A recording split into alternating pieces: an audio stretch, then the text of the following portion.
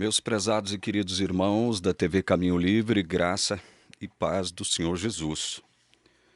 Vamos fazer um breve estudo bíblico que eu sei que boa parte dos nossos irmãos adventistas que nos assistirem não concordarão ou não concordará com ele. É a relação de Deus com o coração humano. Mas primeiro a gente precisa entender o que foi que aconteceu com o coração humano depois do pecado de Adão. Temos discutido isso ao longo de 6 anos e meio aqui na TV Caminho Livre. Adão e Eva pecam e se escondem de Deus, né? Essa é a primeira reação natural do ser humano, com o coração já manchado pelo pecado. Ele se esconde de Deus, ele foge de Deus, ele não quer nada com Deus. Aí, Gênesis capítulo 6, versículo 5, diz-nos o seguinte: viu o Senhor que a maldade do homem se havia multiplicado na terra, e que era continuamente mau todo o desígnio do seu coração. Continuamente mau todo o desígnio do seu coração. Esse é o primeiro registro que a gente tem na Bíblia da principal consequência do pecado sobre a humanidade. Porque o pecado de Adão, ele se alastra para toda a humanidade, né? Ele corrompe todos os seus descendentes. E a gente tem aqui em Gênesis 6,5 uma radiografia daquilo que é o coração humano a partir do pecado de Adão, daquilo que se tornou o coração humano a partir do pecado de Adão. Veja que é uma constatação, mas é uma constatação que Deus faz para nós, porque ele já sabia disso. Viu o Senhor que a maldade do homem se havia multiplicado na terra e que era continuamente mau todo o desígnio do coração. Viram como é trágica essa questão do coração dominado pelo pecado? Vamos ler agora Mateus capítulo 15, verso 19. Mateus 15, 19 diz assim: porque do coração procedem maus desígnios, homicídios, adultérios, prostituição, furtos, falsos testemunhos, blasfêmias. Olha só. Primeiro Moisés, lá em Gênesis, diz que, reverberando o próprio Deus, era continuamente mau todo o desígnio do coração humano. E Jesus, consentindo com Moisés, diz, porque do coração procedem maus desígnios. Veja. De que coração procedem os maus desígnios? O coração do ser humano natural. Do ser humano natural procedem o quê? Maus desígnios. Não são bons desígnios que procedem do coração de uma pessoa, de um coração natural. Não são bons desígnios, mas maus desígnios. Consequência de quê mesmo? Consequência do pecado de Adão, lá no Éden. Aí você abre aqui em Romanos capítulo 7 e lê o versículo 18, e Paulo diz assim: porque eu sei que em mim, isto é, na minha carne, não habita bem nenhum. Não habita bem nenhum. É óbvio que o restante do versículo vai indicar que esse Paulo, que está falando aqui em Romanos 7, ele passou pela conversão, porque ele diz o seguinte: pois o querer o bem está em mim, não porém o efetuá-lo. Então, essa segunda parte do versículo aqui só pode ser expressada por alguém que foi objeto da atuação, da operação do Espírito Santo. Mas a primeira parte é que nos interessa aqui, ó. Eu sei que em mim, isto é, na minha carne, não habita bem nenhum. Não habita bem nenhum. Ou seja, do meu coração não sai nada de bom. Nada de bom vai sair do meu coração. Do coração natural não sai desejo por Deus. Do coração natural não sai desejo de servir a Deus. Do coração natural não sai o desejo de querer conhecer o Deus Salvador. Não sai. É isso que arminianos e os meus irmãos adventistas nunca entenderam. Bom, se do coração natural não sai nada que é bom, não procede nada de bom, todo o desígnio do coração natural é mal, continuamente mal, porque na minha carne não habita bem nenhum. Bem nenhum. Como é que da carne pode surgir essa capacidade de querer servir a Deus, de querer pertencer a Deus, de desejar ser de Deus, de desejar viver no reino de Deus? O próprio Paulo, em 2 aos Coríntios, e aí eu faço questão também de ler esse texto aqui,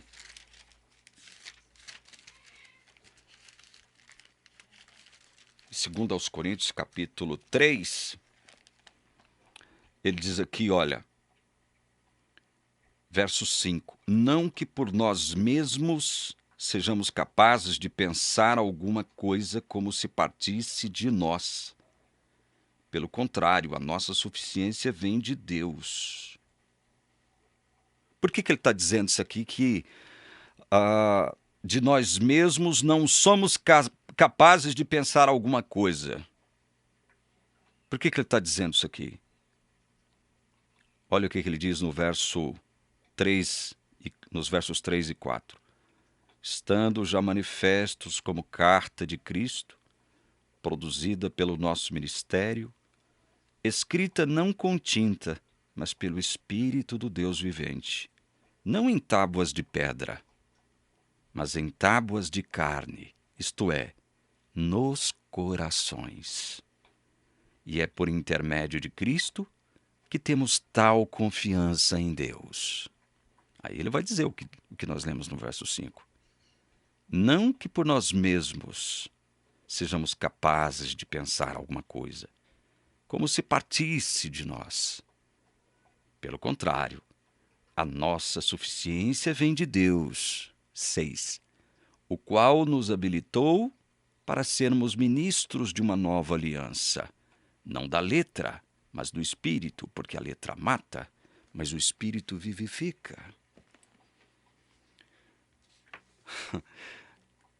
Não há nenhuma capacidade no coração natural para buscar a Deus, servir a Deus, pertencer ao reino de Deus, obedecer à sua vontade. Não há. Por isso que lá atrás, quando eu digo lá atrás, eu estou me referindo ao Velho Testamento. Por isso que lá atrás, quando Moisés foi separado por Deus, escolhido por Deus para liderar a libertação do seu povo do cativeiro egípcio, Deus disse o seguinte, olha, para Moisés, Êxodo 4, 21. Disse o Senhor a Moisés, quando voltares ao Egito, vê que faças diante de Faraó todos os milagres que te hei posto na mão, mas eu lhe endurecerei o coração para que não deixe ir o povo. Deus prometendo para Moisés que iria endurecer o coração de Faraó. E aí? Aí você abre em Êxodo capítulo 10, versículo 1, e você lê, disse o Senhor a Moisés, vai ter com Faraó, porque lhe endureci o coração. Lhe endureci o coração, e o coração de seus oficiais, para que eu faça estes meus sinais no meio deles. O que Deus fez de verdade? Como é que foi esse endurecimento que Deus providenciou no coração de Faraó? Como é que isso aconteceu? Veja, Deus fez seus milagres, seus sinais. As pragas foram esses sinais. As pragas foram esses sinais, as 10 pragas. Ora, Deus não permitiu que o coração de Faraó se sensibilizasse com isso, de tal forma que ele pudesse perceber que quem estava por trás daqueles sinais era o Deus Criador. E agora, o Deus libertador do povo de Israel. Deus não permitiu que o coração de Faraó se sensibilizasse. É assim que Deus endurece o coração de alguém. Por quê? O coração de Faraó já estava cheio de maldade. Faraó nunca teve a intenção natural de servir ao Deus de Israel, o Deus único. O coração de Faraó nunca desejou conhecer o Deus de Israel, o Deus único, o Senhor dos senhores, o Senhor dos exércitos. O coração de Faraó já estava endurecido para Deus. Então o que Deus faz é não permitir que o coração de Faraó se sensibilize diante dos sinais. Olha só. Abra em Romanos capítulo 9. Veja, eu não vou me demorar muito não, tá? Isso aqui é um estudo bíblico rápido. Romanos capítulo 9. Vamos ler do verso 14 até o verso 18. Leia comigo aí. Romanos 9, do verso 14 ao verso 18. Diz assim: que diremos, pois? Há injustiça da parte de Deus? De modo nenhum, pois ele diz a Moisés: terei misericórdia de quem me aprouver ter misericórdia, e compadecer-me-ei de quem me aprouver ter compaixão. Assim, pois, não depende de quem quer ou de quem corre, mas de usar Deus a sua misericórdia. Porque a Escritura diz a Faraó: para isto mesmo te levantei, para mostrar em ti o meu poder e para que meu nome seja anunciado por toda a terra. Logo, ele tem misericórdia de quem quer e também endurece a quem lhe apraz. Ele endurece, veja, Deus endurece o coração de quem ele quiser, de quem ele desejar endurecer o coração. E aí, os meus irmãos adventistas vão se estremecer com isso que nós estamos mostrando aqui da palavra de Deus, não vão aceitar, vão bater o pé, vão ficar com raivinha, vão ficar enciumadinhos e vão dizer para mim: não é assim. Não é assim como você está falando. Nós estamos mostrando aqui elos de uma cadeia de verdades gloriosas mostrada pela palavra. Depois do pecado de Adão, o coração humano se torna continuamente mau, de tal modo que ele, como disse Jesus em Mateus 15:19, só pode produzir o mal, de tal modo que Paulo vai dizer em Romanos 7:18, primeira parte, que em mim, isto é, na minha carne, não habita bem nenhum. Bem nenhum. Aí eu leio Paulo que diz: olha, Faraó não nasceu, não veio à existência, Deus não trouxe Faraó à existência para convertê-lo. Mas Deus trouxe Faraó à existência e endureceu-lhe o coração para que, através disso, o nome de Deus fosse glorificado e anunciado por toda a terra. E você vai brigar contra isso? Porque Deus está dizendo, através do apóstolo Paulo, que ele endurece, através de Moisés também, ele endurece a quem lhe apraz. Você vai brigar com isso? Você vai querer arrumar que tipo de desculpas para desconsiderar o que a palavra está deixando claro aqui? Aí, esse povo que bate o pé com raivinha do que a gente diz aqui, não é assim. Aí eu peço para ler. Então vamos ler aqui Mateus também. Mateus capítulo 13, a partir do verso 10, diz assim: então se aproximaram os discípulos e lhe perguntaram: por que lhes falas por parábolas? Ao que respondeu: porque a vós outros é dado conhecer os mistérios do reino dos céus, mas àqueles não lhes é isso concedido. Os discípulos se aproximam de Jesus e perguntam: Senhor, por que o Senhor fala com esse povo aí? Que povo é isso? Olha, você vai ver isso em Mateus capítulo 13, aí mesmo no capítulo. Você vai ver aí que uma grande multidão se aproximou de Jesus. Grandes multidões, diz aí o verso 2. Grandes multidões. E para essas grandes multidões que se aproximaram dele, ele começou a lhes falar em parábolas. E os discípulos se incomodados com isso. Tipo assim, por que o Senhor não fala para eles claramente, Senhor? Por que o Senhor não se dirige a eles como o Senhor se dirigiu a nós, de modo claro, direto, objetivo? Aí Jesus responde: porque a vós outros é dado conhecer os mistérios do reino dos céus, mas àqueles não lhes é isso concedido. Meu Deus do céu, meu irmão, minha irmã adventista, você vai brigar com a palavra? Onde Jesus está dizendo que não houve concessão divina para que ele revelasse os mistérios do reino dos céus para as grandes multidões? Você vai brigar com a palavra? Não houve concessão divina. Não houve permissão divina para que Jesus expusesse o evangelho para as grandes multidões, mas simplesmente para um povo, determinada gente. Somente para determinadas pessoas, Jesus revelou os mistérios do reino dos céus. Vocês vão brigar com isso? E o próprio Jesus, ele diz o seguinte, olha, ele continua, verso 12, pois ao que tem se lhe dará, e terá em abundância, mas ao que não tem, até o que lhe tem lhe será tirado. Por quem que, para esses que têm um pouquinho, até esse pouquinho de entendimento, de conhecimento que eles têm, lhe será tirado isso aí? Por quem que isso acontece? Através de quem? De qual instrumento? Esse pouquinho de conhecimento que essas grandes multidões tinham, lhes é tirado. Por meio de quem? Quem é que tira esse pouquinho de conhecimento que a humanidade tem? Quem? Olha aqui o verso, aí do mesmo, Mateus capítulo 13. Olha o verso 19. A todos os que ouvem a palavra do reino e não a compreendem, vem o maligno e arrebata o que lhes foi semeado no coração. O maligno arrebata tudo aquilo que foi semeado no coração. O maligno arrebata. Por quê? Porque, veja, para esses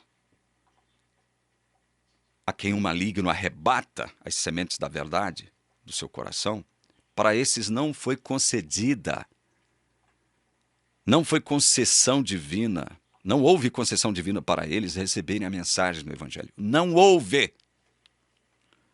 Aí Jesus diz aqui no verso 13, por isso lhes falo por parábolas, porque vendo não veem, ouvindo não ouvem, nem entendem, de sorte que neles se cumpre a profecia de Isaías. Ouvireis com os ouvidos, e de nenhum modo entendereis. Vereis com os olhos, e de nenhum modo percebereis. Porque o coração deste povo está endurecido. De mau grado, ouviram com os ouvidos e fecharam os olhos, para não suceder que vejam com os olhos, ouçam com os ouvidos, entendam com o coração, se convertam e sejam por mim curados. O coração desse povo está endurecido. Isso aqui aconteceu quando? Esse endurecimento do coração. Você já nasceu com o coração endurecido. Você já nasceu com o coração de Faraó dentro de você. Por causa de quem mesmo? Por causa do pecado de Adão. Isso aqui é uma consequência do pecado de Adão. Por isso que Jesus disse em Mateus 15, 19, lá na frente. É do coração que procedem os maus desígnios. Não há bem nenhum no coração humano. O que sai do coração humano é só mal, mal e mal. E aí o adventistazinho não quer prestar atenção nisso que a gente está falando aqui. Por quê? Porque isso aqui vai de encontro à sua teologia, ou seja, se choca com a sua teologia, com aquilo que ele pensa ser evangelho. Não, Jesus deseja salvar todo mundo. Então por que ele não revelou o seu evangelho a essas grandes multidões que se aproximou dele na beira da praia e não lhes expôs claramente o evangelho? Responda para mim, adventista, catedrático, sabichão, mestre, doutor em teologia. Responda para mim. Por que Jesus não expôs o evangelho de modo claro para essa gente? Por que não? Porque ele mesmo está explicando. Aqui, olha, vocês não entenderam o que está dizendo aqui, Jesus está dizendo no verso 11, porque a vós outros é dado conhecer os mistérios do reino dos céus, mas àqueles não lhes é isso concedido. Não houve concessão divina para que uns conhecessem o evangelho. Paulo, quando pregava, escrevia aos Coríntios, 1 Coríntios 2,9, abra comigo, leia aí comigo. Olha o que ele diz aqui, ó. Primeira, estou aqui em segundo. 1 Coríntios 2,9, olha o que ele diz aqui, ó. Mas como está escrito, nem olhos viram, nem ouvidos ouviram, nem... Oh, escute isso aqui, irmão, irmã adventista, escute isso aqui.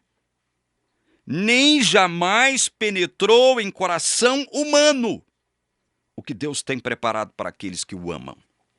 Veja, não jamais penetrou em coração humano aquilo que Deus tem preparado para aqueles que o amam. Mas esses que o amam por quê? Porque esse desejo de amar a Deus procedeu deles mesmos? Se fosse assim, Paulo estaria se contradizendo, porque ele disse que não havia essa habilidade nele mesmo, nem em ninguém. Essa capacidade de amar a Deus vem do próprio Deus.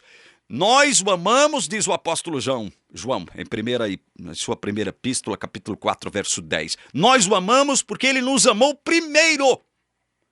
Mas o Paulo está dizendo aqui, olha, nem jamais penetrou em coração humano o bem que Deus vai realizar no coração daqueles que o amam.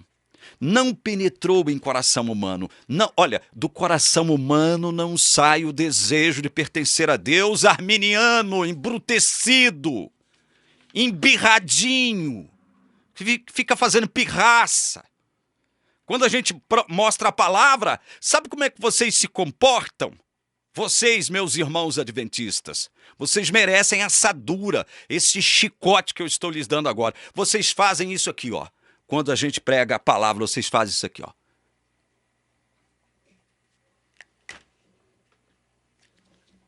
Vocês fecham os olhos e tapam os ouvidos. Vocês não querem ver nem ouvir. Vocês fazem birra, como se o que nós estivéssemos mostrando aqui fosse o quê? Fosse algo mentiroso. Veja, olha aqui. Eu não quero que vocês se tornem calvinistas. Eu não estou aqui fazendo o que eu estou fazendo, pregando o que eu estou pregando, com o propósito de torná-los calvinistas. Prestem atenção nisso. Eu sou calvinista no que diz respeito ao evangelho.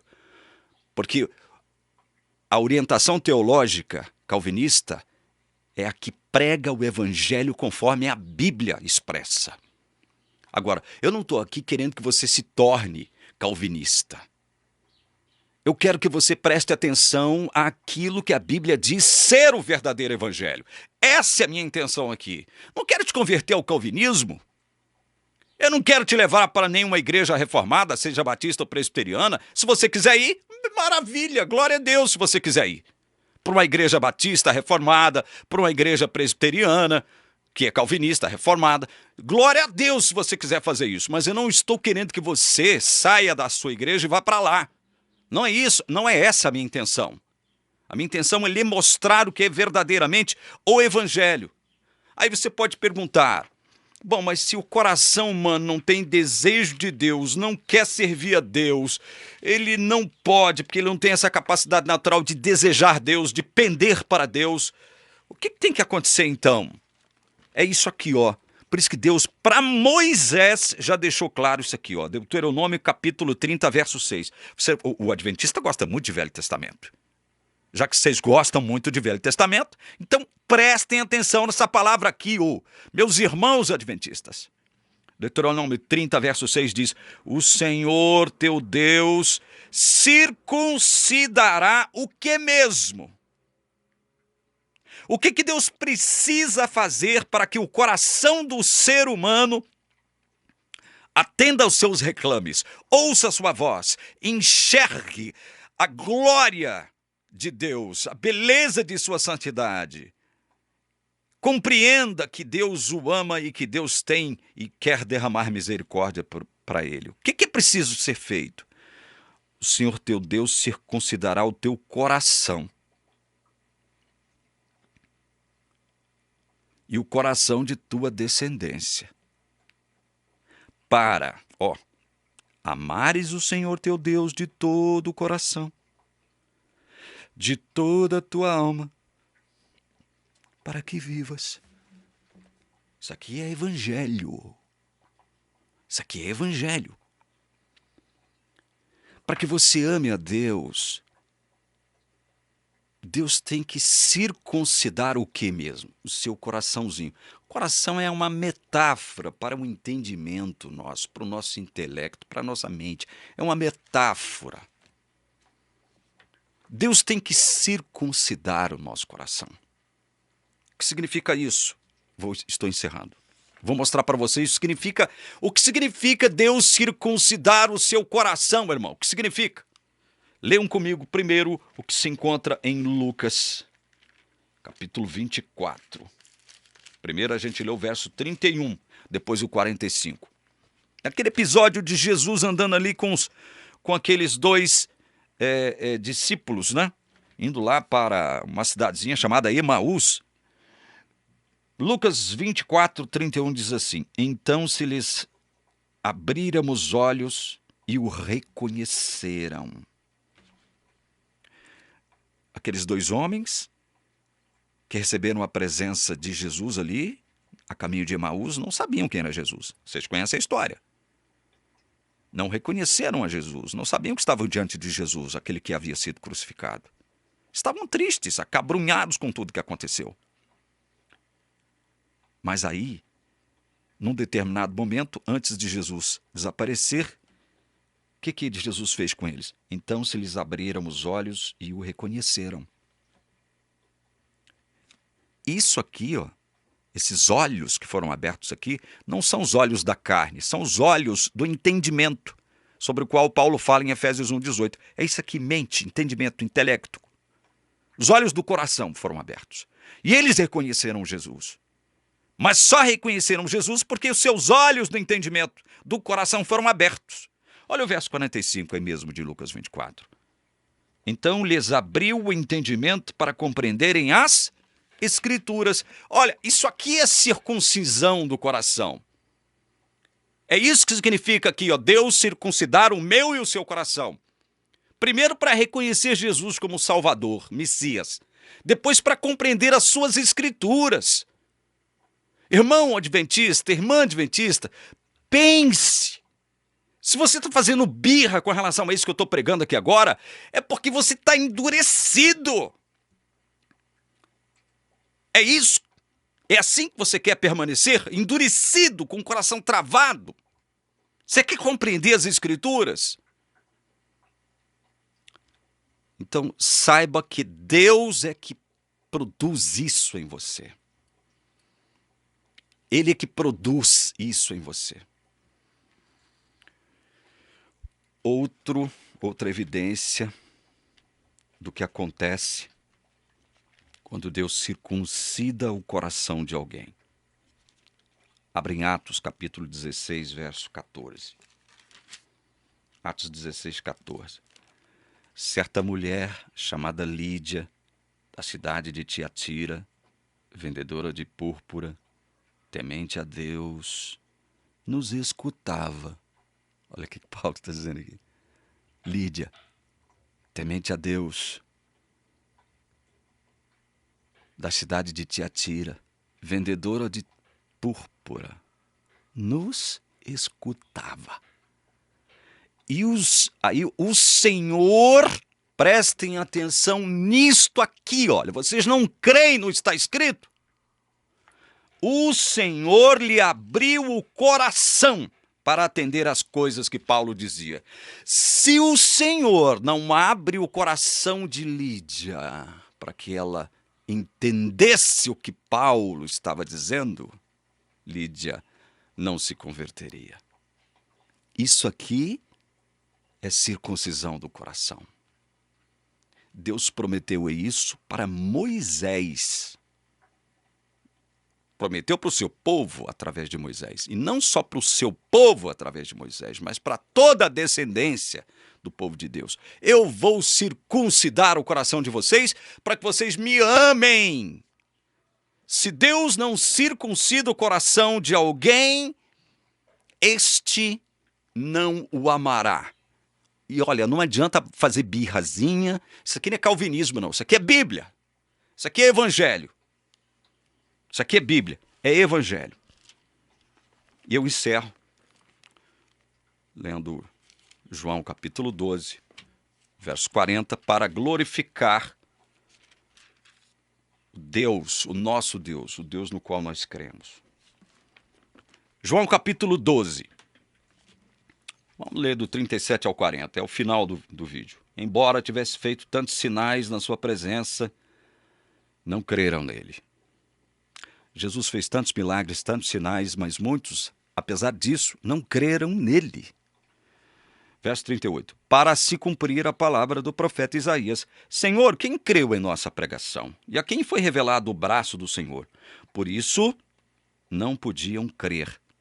Olha, não podiam crer. Não tinham o poder de crer. Não havia capacidade, aptidão para crer. É isso que João está falando aqui, ó. Não podiam crer, porque Isaías disse ainda: cegou-lhes os olhos, endureceu-lhes o coração, para que não vejam com os olhos, nem entendam com o coração, e se convertam e sejam por mim curados. Vocês vão ficar brigando com isso aqui? Não estou falando de calvinismo, não. Estou falando de Bíblia. Estou falando de Evangelho. Estou falando de soberania divina. Estou falando de algo que nós conhecemos tecnicamente como o quê? Depravação total no ser humano. Estou falando disso. Eu quero que você se converta ao calvinismo. Eu quero que você enxergue o que é verdadeiramente o Evangelho e qual é o papel da Trindade no Evangelho. Deus Pai, Filho e Espírito Santo. É isso que eu quero que você entenda, irmão. Não sou contra você, não. Quer permanecer aí na Igreja Adventista? Permaneça. Mas saiba que você está sendo enganado com relação ao Evangelho. Você está sendo traído com relação ao Evangelho. Você está sendo surrupiado com relação ao Evangelho. Estão roubando o seu tempo. Estão roubando a sua dignidade aí. Por conta da pregação, por conta da teologia defeituosa que sustenta a Igreja Adventista acerca de Evangelho. Pense nisso, irmão. Isso aqui é uma mensagem de advertência para você. Quero que você abandone a igreja, não saia daí, não se converta ao calvinismo. Se você quiser sair, ótimo. Se você quiser ir para uma igreja batista reformada, ótimo. Ou cristã evangélica reformada, ótimo. Quiser ir para a igreja presbiteriana reformada calvinista, ótimo. Mas se não quiser, não tem problema. Você pode ir para onde você quiser. Agora, a minha intenção aqui é lhes mostrar o que é evangelho. Dando glórias a esse Deus maravilhoso, soberano, que não divide a sua glória com ninguém. Entenda isso. Que Deus te abençoe, em nome do Senhor Jesus. Amém.